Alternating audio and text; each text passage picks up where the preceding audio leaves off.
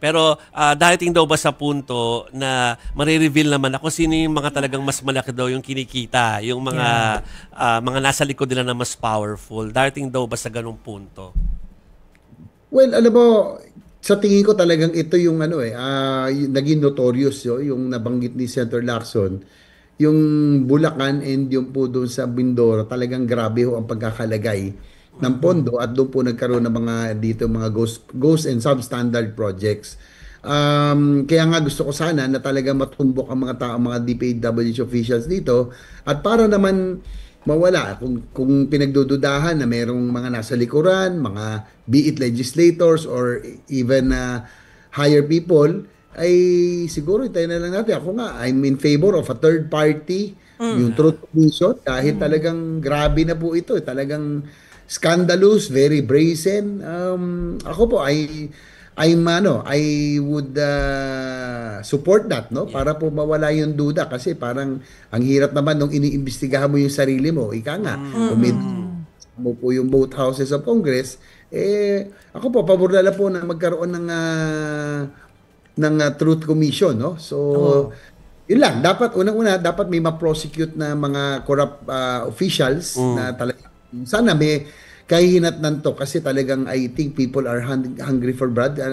Alam mo, Job, hindi mo rin sila masisisi, no? Araw-araw nagkakayod, nagbabayad ng buwis. That's Tapos true. malalaman mo ganito lang ang ginagawa ng ilang opisyal. So ako po talagang kawawa rin yung Batino. I'm not generalizing everybody. Hindi parang nasira ang buong ahensya, ang buong DPWH, parang lahat ng kontraktor masama.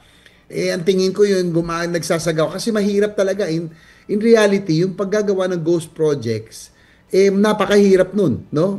Kung meron man iilan lang porsyento yan siguro less than 3-2%, baka even less. Yeah. Pero kasi buo yun na nakukuha. Kumbaga malalakas na lang ang loob ng gagawa nun. And I don't think any other officials unless itong mga talagang notorious lang, yung iba ho, matatakot hong magsagawa ng ghost projects. Opo. Senator Soria, pahirit pa ulit. Yung pong proposal, yun pong plano ni President Bongbong Marcos na Independent Commission, eto po ba yung nasa idea nyo rin na third party? And sino ba ang tingin ninyo na dapat maging head nito? Kasi as of, early this morning, wala pa rin sinasabi si Presidente nung makausap namin siya kung sino yung pwedeng maging chair.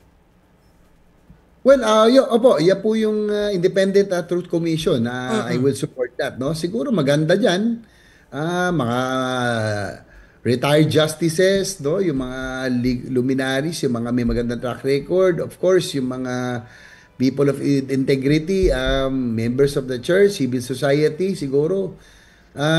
Siguro ayun, iba mix of legal luminaries and members of the civil society organizations.